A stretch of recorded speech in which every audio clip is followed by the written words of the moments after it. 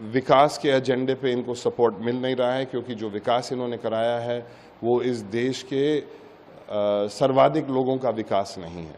Expressway पे आप पूर्वांचल में आप एक्सप्रेसवे बेच रहे हो, पूर्वांचल में 4 व्हीलर ओनरशिप 5% 6% है। आपने 5-6% की आबादी के लिए 21,000 का एक्सप्रेसवे बनाया है।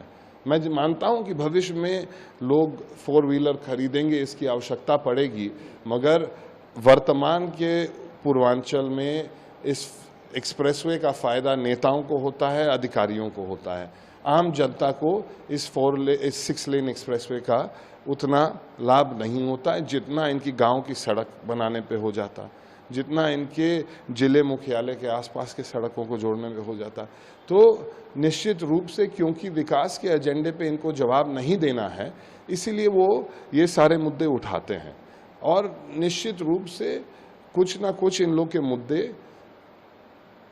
वो देश की सरकार के हाथे में नहीं है।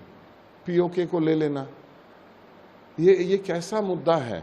आपकी देश की सरकार ऐलान अगर कर रही है तो पूरे मतलब ये तो आप ये कह रहे हैं कि आप किसी अन्य देश की या जो इस देश का अंग था जो कहीं ना कहीं विवादित है, आप युद्ध की बात कर रहे हैं, आप युद्ध का ऐलान कर रहे हैं। ये राजनीतिक मंच से ऐलान तो नहीं हो सकता है, ये भाषण में ऐलान तो नहीं हो सकता है। अगर आप युद्ध करना चाह रहे हैं तो उसकी एक व्यवस्था करनी होगी, और मुझे नहीं लगता है कि देश के पास इस समय उतना संसाधन है कि एक लंबे युद्ध में देश जाए।